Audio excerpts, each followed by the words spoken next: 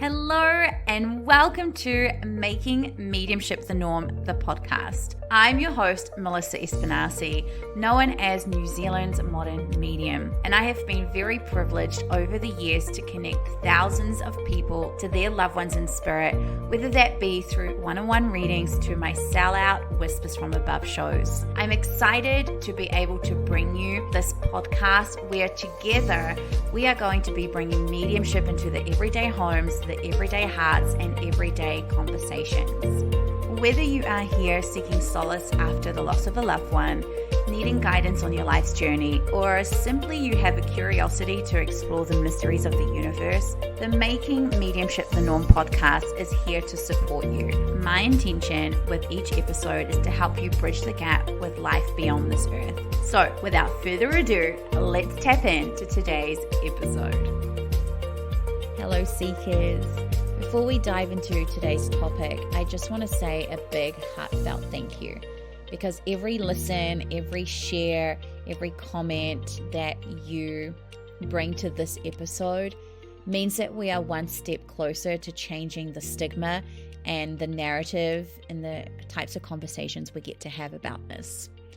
And so one of the many things I get asked a lot as a medium is what happens to people who commit suicide. And in full transparency, I've talked about this very openly on all my social media platforms, battled with suicide from the age of 9 till 29. And it's a very interesting journey. It's one that, unless you've experienced it yourself, you don't necessarily comprehend it. And also probably why I'm so passionate about speaking on a topic that I feel most people would probably avoid talking about. But this podcast is called Making Mediumship the Norm. And so it is important to have these conversations, because if we don't, then the stigma and the narratives and the way that we perceive death is never going to change. So thank you for being part of the change. So I want to be really clear and as honest as I can be in this episode. And suicides are just like any other death. We have to understand that death is a death.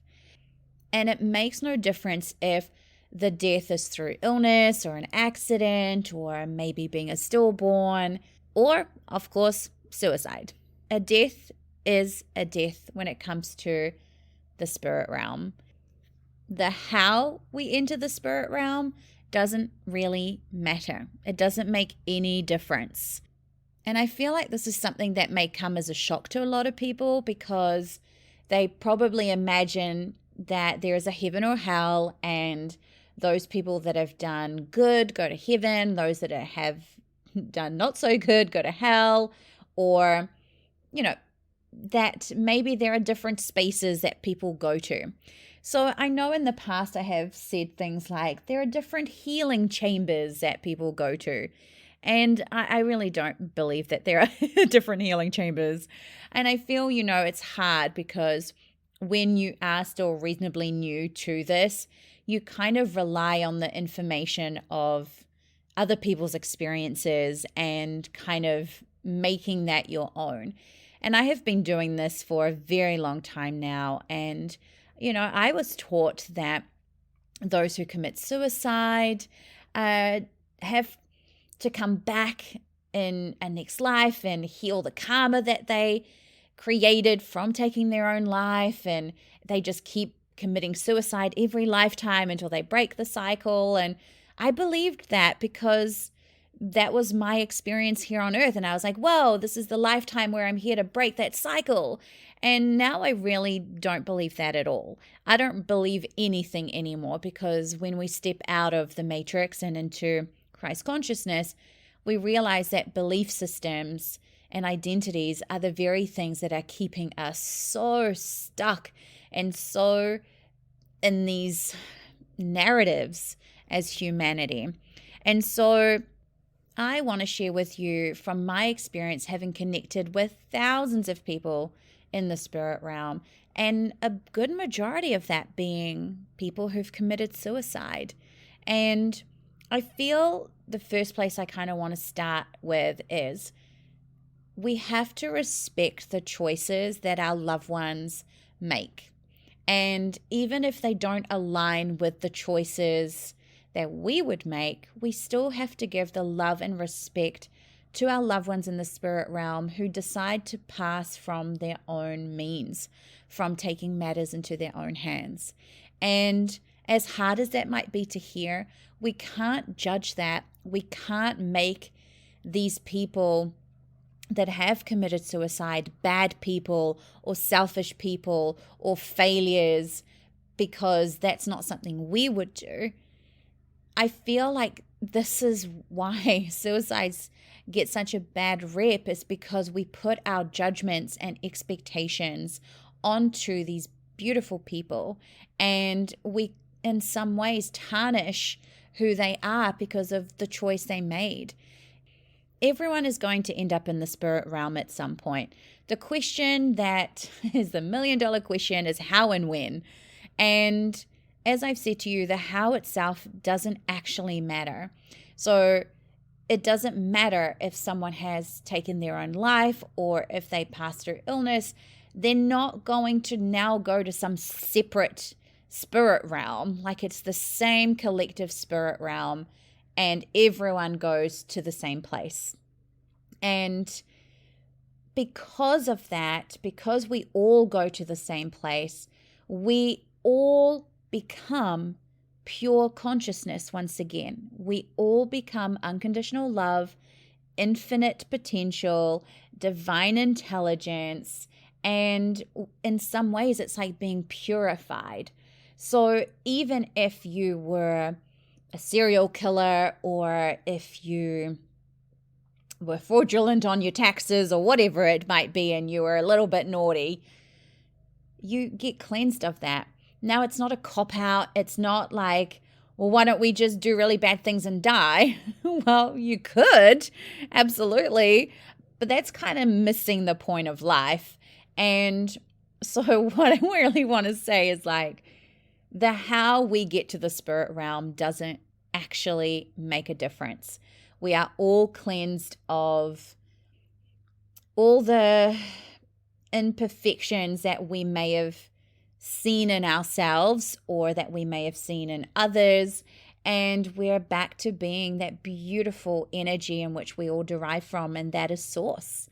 And so when we say things like, well, if they committed suicide, they're going to hell because they're a bad person or they're selfish, that is a really hurtful thing to say.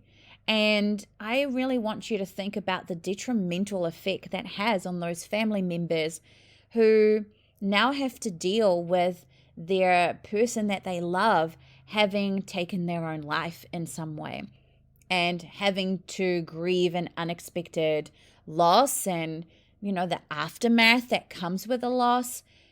A loss in itself, regardless of how it happens, is really challenging.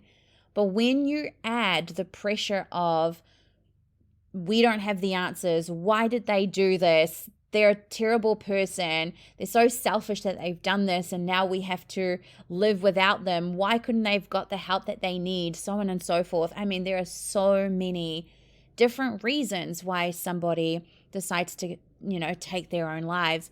And us placing these judgments makes it really hard on the families. And it actually robs that person in spirit who has committed suicide the worthiness of being loved and connected with. And so this is why this is a really important conversation, because the stigma doesn't change until we change it. And so as part of making mediumship the norm, we have to have these really difficult conversations. And I am going to be saying stuff that's going to trigger you. I am going to say stuff that you're like, well, I don't agree with that. And that's okay. You don't have to agree with me. But I do what I do so that we can move forward as humanity with compassion and acceptance and respect for each other when we're alive, but also when we're in spirit, because we're all going to end up there at some point.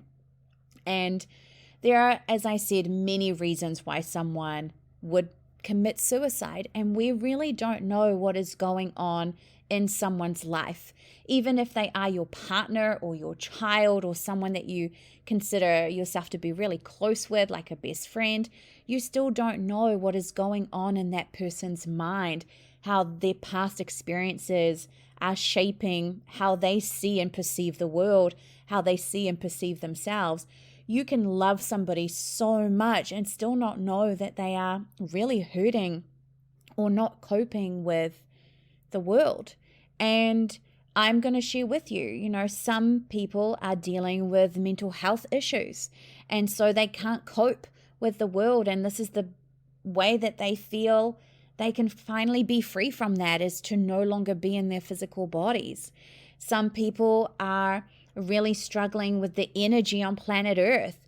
And as empaths, as very sensitive people, they just can't cope with the hatred and the prejudice and all of the control and manipulation that is going on with humanity. And so for them, it's better to return home to that place of unconditional love and compassion. I mean, just look at how we talk about people who commit suicide. No wonder, there are people that are really struggling in this world, because look at how we treat one another when we have someone make a decision that doesn't align with the decisions we would have made. So another reason someone might commit suicide is because they have experienced all that they need to on earth, and this is their time in some ways being up. They're like, okay, I'm done. I've experienced what I need. Time to go. And I know it sounds crazy, and you're like, well, couldn't they just wait? And sometimes it's time to go. They are ready for the next part of the journey of how they help humanity. And look, we wouldn't be having this conversation and bringing such an awareness to this topic if no one committed suicide. So everything serves a purpose. We are now able to have this much bigger understanding, you and I together, having this conversation about the spirit realm because of those who committed suicide. And we can now really take a step back and go, wow, how am I perceiving other people? How am I judging others? Am I being present around the people that I love and the people that matter to me? Am I giving people the love and respect and honor that they deserve? Or am I shutting them out because of the choices that they've made? People who commit suicide really teach us about forgiveness of ourselves, but forgiveness of each other.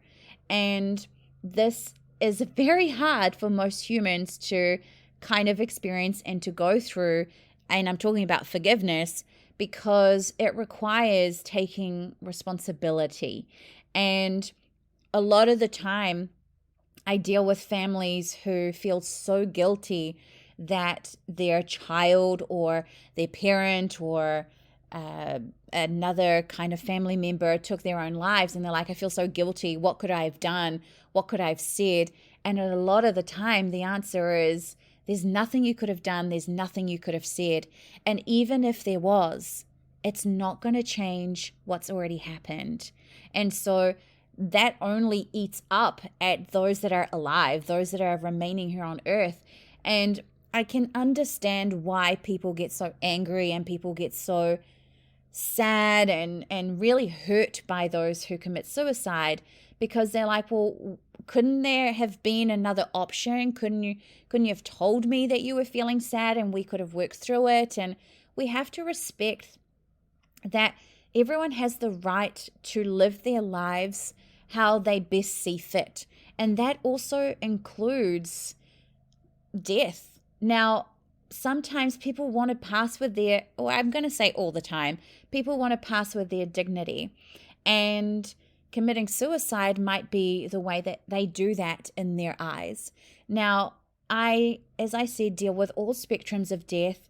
And I can tell you that being really ill and having your body shutting down and having your body excreting itself is not necessarily a way of dying in dignity. And we must give people that right to have that. Now, I'm not saying that committing suicide is the right thing to do. I'm not saying committing suicide is the wrong thing to do. I'm giving here you a neutrality point of view where it's let's look at all of the spectrums of this, and not from just our point of view of, well, they're really selfish for the hurt they have caused me. How about we also flip that and go, well, how selfish are we that we are not honoring them for the choices that they made, that they best saw how they get to experience life, and maybe that is what they needed. Maybe that was their freedom and liberation from the shackles and the hurt and the imprisonment that they felt within themselves in their own lives. There are so many reasons. I mean, I can't touch on all of them because we'd be here for hours. I just want you to really start having this episode plant seeds, not just for suicide, but for how you see all deaths and how you perceive death in general. And maybe you yourself have battled with suicide like me. As I said, I battled with suicide for like 20 years. It was a really rough road. There were many times where I thought the world would be a better place without me, that the world wouldn't even notice. Those around me wouldn't even notice that I was gone. I didn't feel that my life mattered. And I've talked openly about the last time I was about to commit suicide, and I had this outer body experience where I saw myself, about to do the act, and I had this voice just say, this isn't how it happens. Let's go back. There's work to be done. And so after that, it was kind of this realization that actually my life does matter, that I do have this really big mission. And now I understand, here I am on this big mission with all of you, making mediumship the norm. We're doing it. So thank you for, of course, tuning into all these episodes or sharing your stories of your loved ones in the spirit realm, because I just want to say there's no shame. There's no shame in having felt suicidal or deep depression, or there's no shame in having a loved one who has committed suicide. We've really got to change that it just is. It is something that happened, just the same as if someone passes in an accident, or someone passes suddenly of an illness or a murder or anything like that. I mean, I know they're all very different circumstances, but they all involve some kind of unexpectedness or suddenness, and then having to piece the pieces together for those that are alive. And I know that if you are the person that discovers the person who has committed suicide, that can be very traumatizing as well to find that person, just the same as it's very traumatizing to find someone who has ended up on the street from crossing over the windscreen of their car. I mean, there are just so many things that I feel are very similar in other different ways of passing that we make okay, or that we feel more sympathy towards because they didn't commit suicide. And I just want to be someone that advocates for those that do, those that have ended up in the spirit world from taking matters into their own hands. I believe that they are just as worthy of being loved and connected with as any other person that is in the spirit realm. So something I also kind of want to address a little bit is that I get asked if, because they've committed suicide, are they now stuck, or are they in some kind of different dimension? And I feel like in some ways I've answered this a little bit, that we all go to the spirit realm. There is no like, oh, you're a serial killer, you don't get to go to the spirit realm, you have to stay on planet Earth and haunt people for the rest of your life. Like, that is just absolutely ridiculous. No, that is absolutely ridiculous. No one stays on planet Earth to haunt anybody.